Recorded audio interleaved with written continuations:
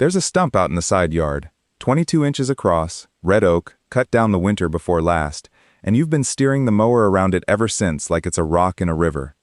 Last week you finally called somebody. $425. Gone before lunch. And you didn't say yes, and you didn't say no. You said you'd think about it, which is why you're here. Now, I'm not going to hand you 15 clever tricks and let you sort them out. You don't need 15.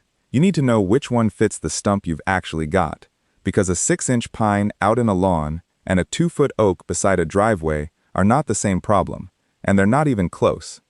So here's the deal. I'll give you the fast answer inside of 2 minutes, because you came here with a question and I'm not holding it hostage. Then we'll walk every method I'd actually put my hands on, what each costs you in money, in time, and in back, and where each one quietly falls apart. And somewhere in the middle of that, I'm going to stop and tell you the one thing I check underneath a fresh stump before I put anything on it at all. Because every so often, that stump is still connected to a tree you never meant to hurt. I'll get to it. Answer first. I'm Curtis Loomis. Feed the soil, not the plant. That's the business around here. And it applies to stumps more than folks would guess, because whatever you do to that stump, you're doing to the ground it's sitting in. 4 lanes. Find yours. Lane 1. You need that ground back this week. Concrete's coming, or a fence, or a wedding in the yard in September. Then you want it ground out, and nothing else is close. Lane 2. Money matters more than time. The stump's under about a foot across, and you've got a Saturday in you. Then you dig it. But you dig it the way I'll show you, because most people are fighting the wrong part of the stump and don't know it. Lane 3. Your back and your knees matter more than your calendar. Then you let biology do it. Nearly free, almost no labor, and slow. 1 to 3 years slow, and I'll say that number honestly every time it comes up. Lane 4. It keeps sending up little green shoots every spring. Then friend, you don't have a stump. You've got a living tree that went underground, and that's a different job with different tools. Doing lane 1 on a lane 4 stump is how a man spends $400 and still has saplings in his lawn come May. And a fifth thing sits on top of all 4. If you mean to plant something in that exact spot afterward, what you leave behind in that hole matters more than how you got the wood out. That's where nearly everybody loses. There, 2 minutes and you could go start on it. But every one of those lanes has a mistake buried in it. So let's take them apart. First, the 4 questions I ask before I touch a stump. 4, not 15. If you remember nothing else today, remember these, because they pick the method for you. 1. How wide is it at the root flare? Not across the top, at the flare, where the trunk swells out and disappears into the dirt. That's what a machine has to chew through, and what a shovel has to get around. A stump that measures a foot across the cut can measure 2 feet at the flare. Go put a tape on it before you call anybody. 90 seconds, and it changes the whole conversation. 2. Is it still alive? Green shoots at the base, or out in the lawn, or over the fence in the neighbor's grass. If you see those, you're in lane 4, and half of what I say next doesn't apply to you. 3. How fast do I need this ground back? Not how fast you'd like it, how fast you need it. Those are 2 different numbers, and one of them is worth about $300. 4. What's going in there afterward? Lawn, bed, tree, patio, or honestly nothing, because it's back by the fence and nobody goes there. That's the one people skip, and it decides how deep a machine has to go and what has to come out of that hole first. Flare. Alive. How fast? What next? Everything from here hangs off those 4. Before a tool touches the ground, 1 free phone call. 811. In most of this country it's the law, and they mark gas, water, electric, and cable for nothing. What they won't mark is what isn't theirs. Septic lines, irrigation, the invisible fence wire, old drain tile. And if that stump sits within about 5 feet of a foundation, a wall, or a sidewalk slab, that's a call to an arborist, not a Saturday project. All right, fastest first. Method 1. Hire it ground out. Fastest thing there is, and I won't pretend otherwise just because it costs money. A wheel of carbide teeth turns the stump and the big flare roots into chips, usually 8 to 12 inches below grade, in 15 minutes to 3 hours. Silver maple goes quick. A red oak that stood since the Ford administration takes its time. Most outfits price by the inch of diameter measured at the flare, commonly $2 to $6 an inch. with a minimum charge just to hitch the trailer and come out. One residential stump usually lands between $120 and $400.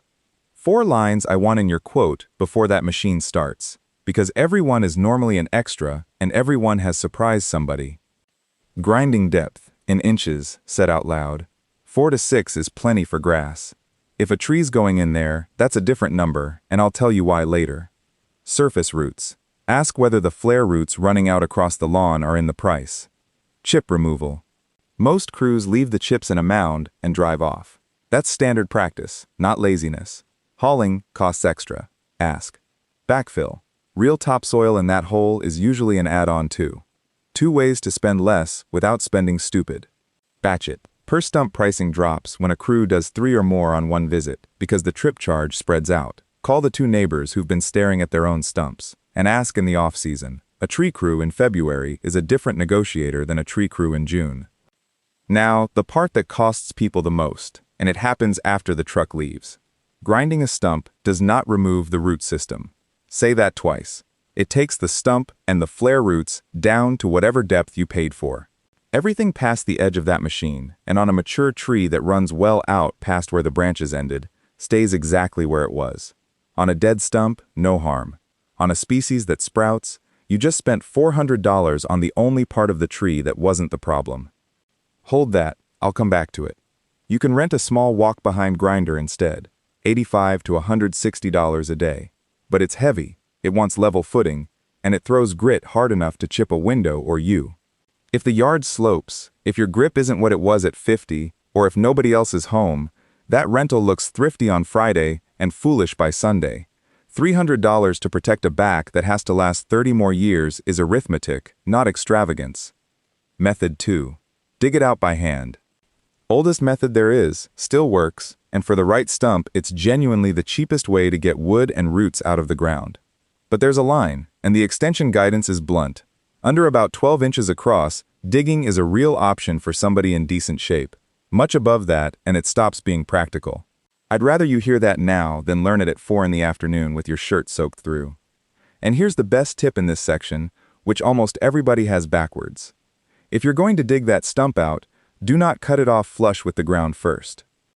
I know, every instinct says, cut it low and tidy, and if you're letting it rot, low is exactly right, and we'll get there.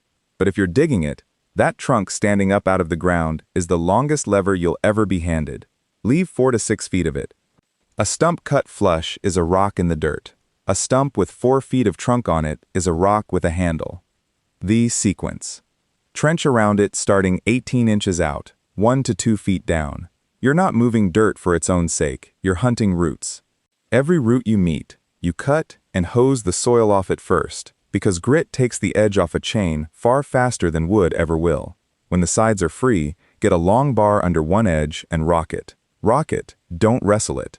Rocking finds the roots you missed underneath. Cut those. Rock again. That's the whole trick, and it isn't strength. The men who taught me this could work circles around people half their age, and not one of them was a big man.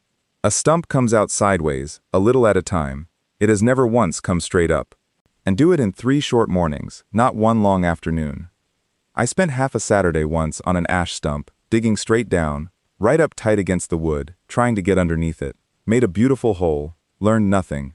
What was holding that stump wasn't underneath. It was out sideways, 4 laterals thick as my wrist, and I never touched one of them because I was too close in. I was fighting the wrong part of the stump. Went back the next weekend, started my trench 1.5 feet out instead of 6 inches, and had it rocking in 40 minutes. Start wide. That's the lesson, and it cost me a Saturday. Method 3. Leverage.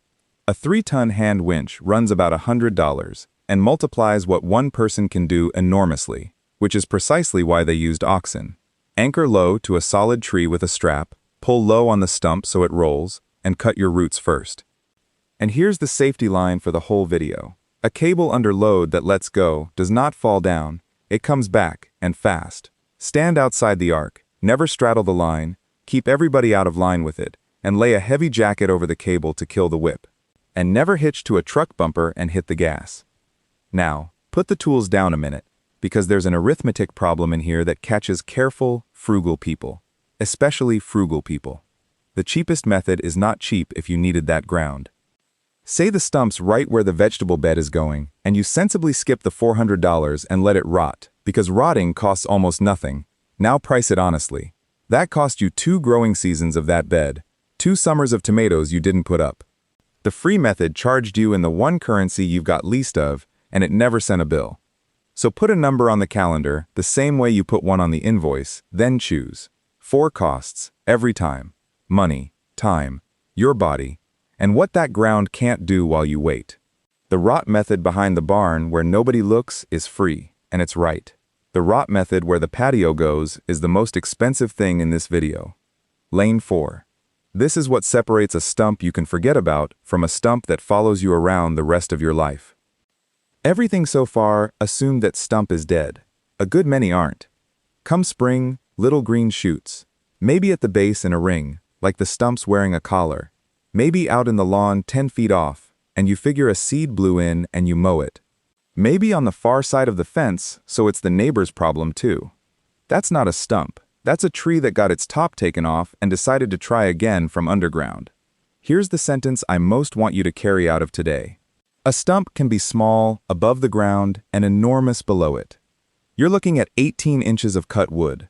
What's alive down there can be 30 or 40 feet across, still full of sugar the tree spent years putting away. So removing wood and killing a living root system are 2 separate jobs with 2 separate bills. That's why grinding disappoints people. The network past the machine is untouched, and it doesn't need the stump in order to sprout.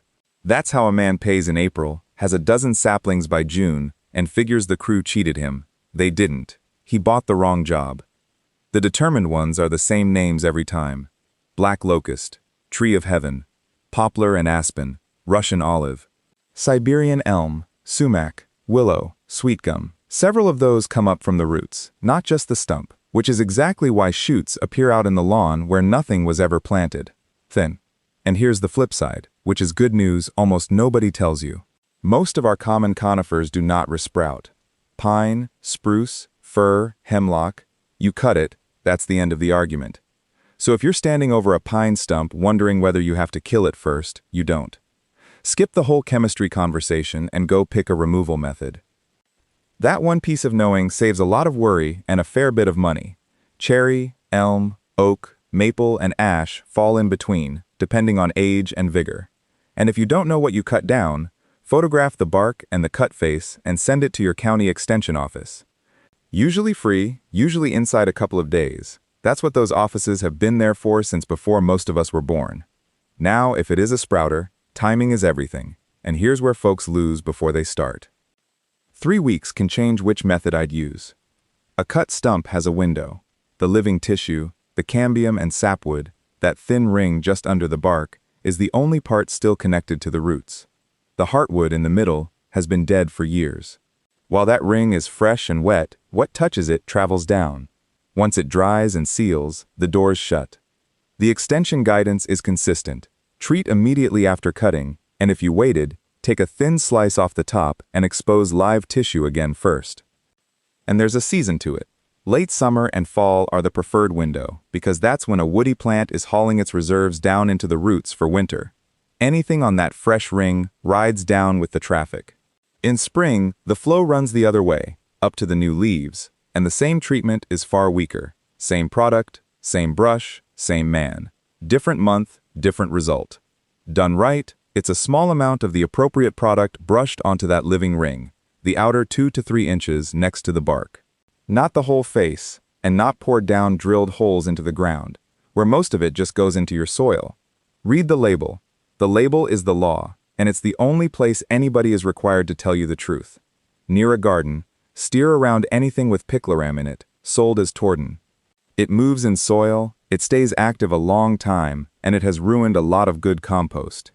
And if you'd rather put none of that in your yard, there's a free way that works. You starve it. Every shoot that comes up, you cut off while it's small. A shoot only pays the roots back after its leaves have been out long enough to run a profit. Cut it before that, and the root system spent capital and got nothing. Do that faithfully all season, and those reserves run down. 2 honest conditions. It takes years, generally 2 to 4 on a determined species. And it takes, not missing, One summer where the shoots got waist-high with a full head of leaves, and you've refunded the whole account. It's easier than it sounds if you keep the loppers by the back door and treat it like checking the mail instead of like a project. On a small locust, I'd take that over a bottle any day, because I know exactly what's going into my dirt. Nothing. All right, now I keep the promise I made at the start. Think about a stump the way you probably always have. A dead thing. Wood, an object. It quit being a tree the day the saw went through it. For most stumps in most yards, that's true. But not always, and the exception is strange enough that I didn't believe it the first time I read the work. Some tree roots don't just grow near each other. They fuse. Two roots of the same species touch, the tissue joins, and from that day, those trees are plumbed together. It's called a root graft, and in some species and soils it's common, not rare. Across different species, it's very unusual. And once they're plumbed together, they share water, minerals, sugars.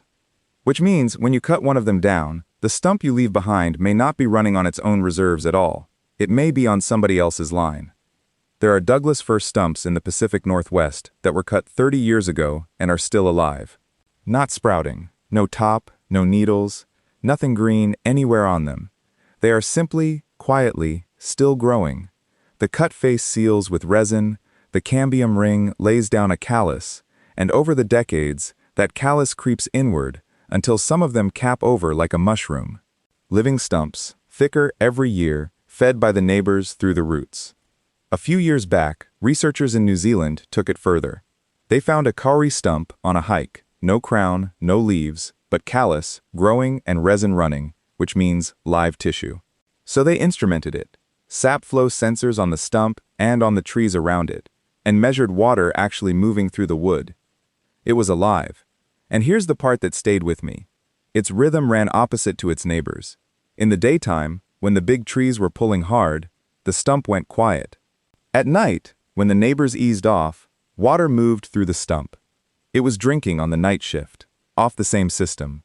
We say a tree, one tree, the way you'd say a fence post.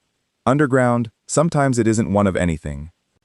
Now, I'm not telling you this so you'll have something to say at church. It changes two decisions in your yard. 1.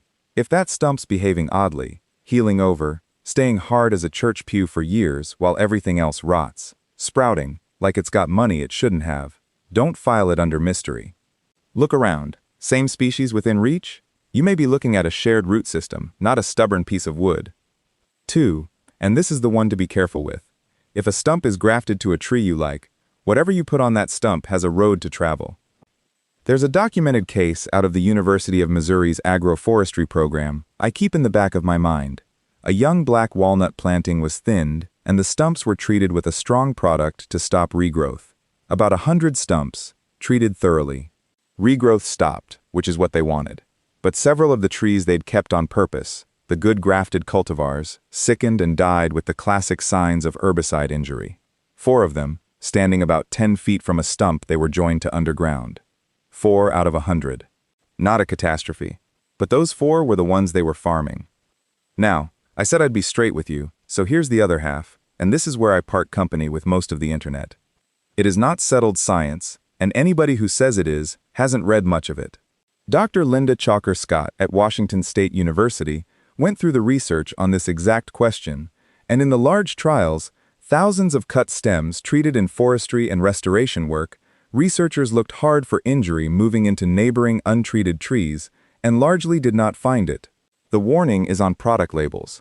The documented failures are real, but the big studies did not reproduce it anywhere near the rate the folklore suggests.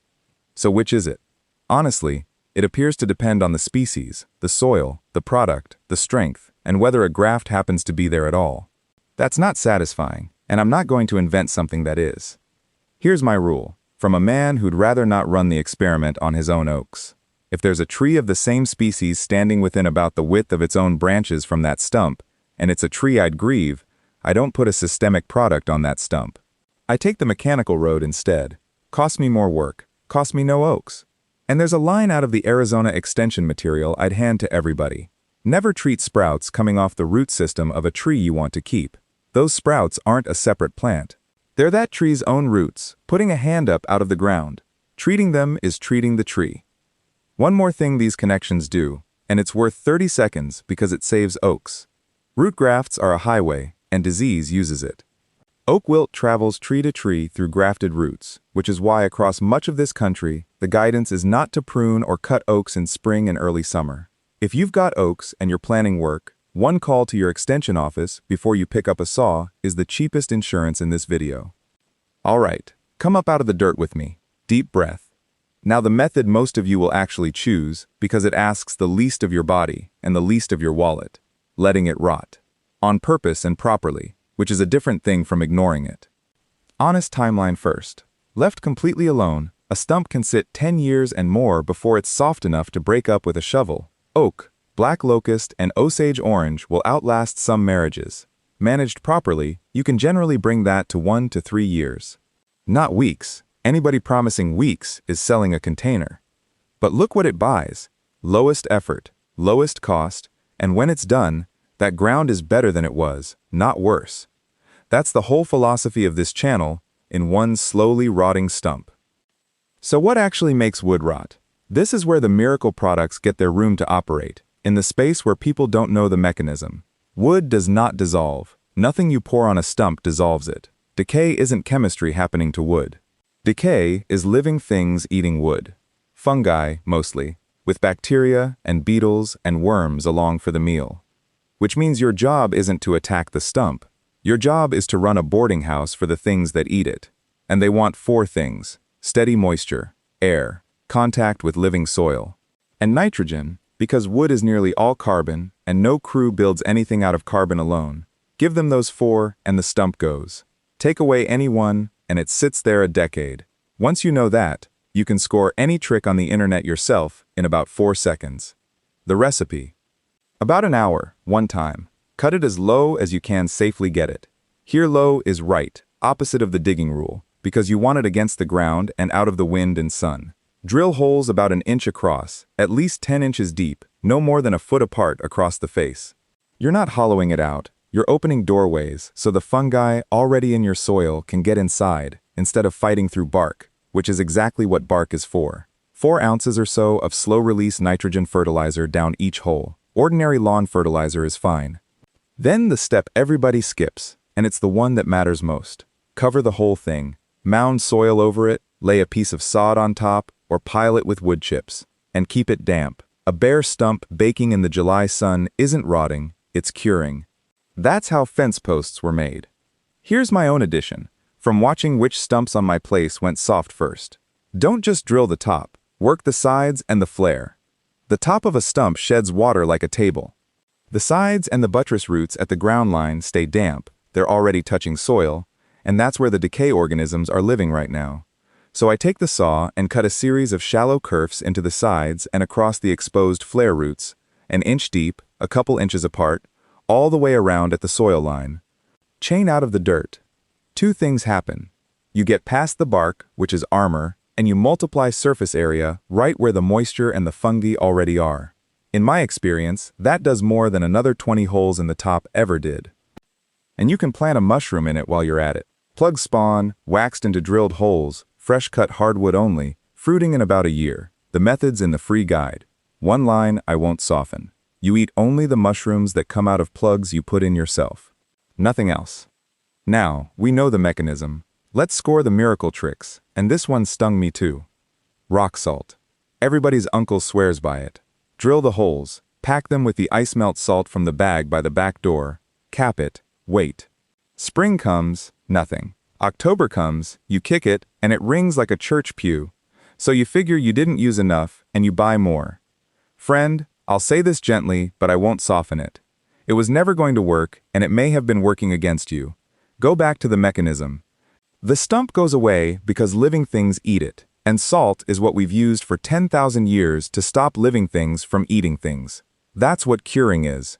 University of Illinois Extension makes the point directly, that the salts folks pour into stumps are also harmful to the decay organisms that break the stump down. The thing you poured in to speed the rotting can harm the crew doing the rotting. And sodium moves with water, hurts soil structure, and reaches the roots of whatever's growing nearby. If that stump's out in your lawn, you're salting more than the stump. Epsom salt earns its own minute because it sounds harmless and it's everywhere. When homeowners have asked the Cooperative Extension Service whether it would take out a stubborn stump, the answer came back flat. No university-based research supporting the claim. None. And there's a simple physical reason it can't do what the internet says. The claim is that it sits in the hole and pulls moisture out of the wood. But Epsom salt is famously water-soluble. That's the whole reason it works in a bathtub. It sits in your drilled hole until the first good rain, and then it dissolves and leaves. Your yard isn't poisoned. What happened is smaller and more annoying. You spent a Saturday, a sore shoulder, and $14 buying nothing. No shame in it. That advice is printed in 1,000 places by people who mean well. But you know the mechanism now. The bottle on the shelf that says stump remover. Most of them are potassium nitrate or sodium nitrate. Iowa State and South Dakota State Extension have said essentially the same thing, that these products tend simply to be a form of fertilizer, and that regular fertilizer works about as well. That's the secret ingredient. It's plant food, at several times the price, in a container with a picture of a stump on it. The nitrogen genuinely helps. What isn't real is the timeline on the front. 4 to 6 weeks buys a softened surface you can pick at with a screwdriver. 1 to 3 years is the honest number. Nitrate does do one thing extremely well, and it's the historical reason those products exist. It's an oxidizer. Dry, nitrate-soaked wood will burn and keep burning, which brings me to burning it out. Here's what those videos don't show you. Fire in a stump doesn't stay in the stump.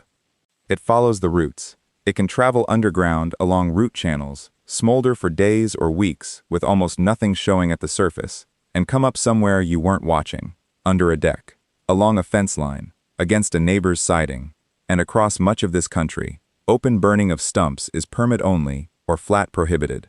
That was practical on 40 acres with no house in sight, not on a quarter-acre lot with a cedar shake roof 40 feet away. And in one breath, motor oil, diesel, and bleach are all no. No real effect on decay, real contamination, and they kill the organisms you need. Here's the last piece, and I find it beautiful even when it's inconvenient. Why does a black locust stump sit there 15 years while a poplar goes punky in 3? Because the tree built that resistance on purpose. Trees don't heal wounds the way we do. They wall them off, and they load their heartwood with extractives, tannins, and resins whose whole job is to make that wood unpalatable and unrottable. Osage orange, black locust, white oak heartwood, red cedar. Those are exactly the woods our grandfathers chose for fence posts, because 100 years of soil contact couldn't beat them. So when you're wondering why your stump won't rot, understand what you're asking. You're asking a piece of wood to lose a fight it was engineered over 80 years to win. It'll lose eventually. No bottle changes the schedule. One last thing. Fungus on a dead stump is usually free labor. But if plants near that stump start dying one after another for no reason you can name, first a shrub, then the rose, then the apple, that can be honey fungus moving into living roots, and it's the one case where paying for a full removal protects everything else you've planted. And a word about the old ways, because I've got opinions. Some of them were brilliant, and we dropped them for no reason. The lever, the wide trench, multiplying force instead of straining a back. Others were rational then, and are not now. Burning made sense with 40 acres to clear and no neighbor within a mile. So here's where I land. Sometimes the old solution is still the right one. Sometimes the new machine is worth every penny. The whole job is knowing which is which. That's judgment, and judgment is about the only thing that reliably gets better with age. All right, on the table. Direct answers first, because I promised them, and I'm not hiding behind it depends. The fastest way to remove a tree stump is to have it professionally ground out. Nothing is close. Same day, no labor, done. The easiest on your body is manage decay. Cut low, drill, feed, cover, keep it damp. 1 hour of work, 1 to 3 years of waiting. The cheapest way to actually get wood and roots out of the ground is digging by hand, on a stump under about a foot, with a wide trench and a long lever. And the cheapest overall is doing nothing, which is a legitimate answer for a stump in nobody's way. For a sprouting species, quit treating it as wood. Either treat the fresh cut ring correctly in late summer or fall, or commit to cutting every shoot small for 2 to 4 years. Grinding alone will not do it.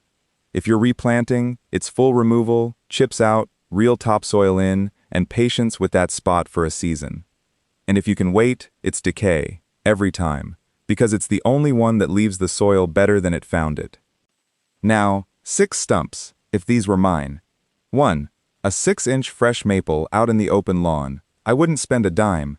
Cut it flush, drill it, 4 ounces of fertilizer a hole, a shovel of soil, and a piece of sod over the top, and mow across it. 20 minutes, about $1. 2. A 24-inch oak beside the driveway. I hire that ground out and I don't feel bad.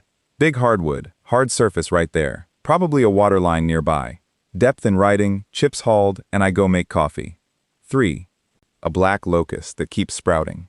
I do nothing to the stump at first, because the stump isn't the problem, the roots are. Either a correctly timed treatment on a freshly recut face in the fall, outer ring only, by the label, or the loppers by the back door for 3 years. I don't grind it first and expect that to fix anything. 4. A stump where the vegetable bed goes next spring. Full removal, and here's where I'd spend the money, because I want the wood out, not ground into the soil. Chips hauled off, not mixed in, and real topsoil tamped in layers. Because raw wood chips mix down into a planting hole, tie up nitrogen while they break down. That's why a man seeds grass over a ground stump, 3 springs running, watches it come up thin and yellow every time, and blames the seed. There's nothing wrong with the seed. And keep every ounce of salt out of that ground. 5. A stump where I want another tree. Grinding depth first. 4 to 6 inches is fine for lawn, but for a tree you want 12 and more. And even then, the machine only cleared a bowl. And don't plant the new tree in the exact center of where the old one stood. Move it 3 to 6 feet if you've got room. You dodge the decomposing wood, the settling ground, and whatever root disease may still be feeding in those old roots. Expect settling either way. Overfill it now and top it up once. That's the difference between a lawn and a bird bath. 6. A stump behind the fence bothering absolutely nobody. Leave it. It feeds insects, the insects feed the birds, and every dollar and hour you put into it is one you didn't put into the part of the yard you actually sit in.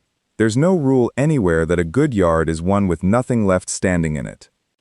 Notice what came out of all that. The fastest method and the easiest method were never the same one. And there's no method that's fast and cheap and easy at once. There never was. Anybody offering all 3 is selling you a container. Here's what I'd like from you this week. Not next spring, this week. Pick 1 stump, the small one, the one you've been mowing around for 2 years and thinking about for 4.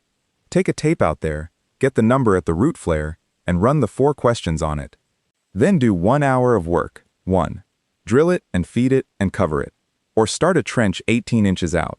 Or make the free call to 811 and 1 call for a quote, so you're working from a real number instead of the 1 in your head. 1 stump, 1 hour. That's how every one of these ever got finished. If you'd like all of this in writing, I've put it together as a free guide you can print and carry out to the yard. The 4 questions, the decision chart, the drilling and kerfing measurements, the sprouting species list, the questions to ask before you take a quote, and honest timelines by species. No cost, nothing to sign up for, links in the description.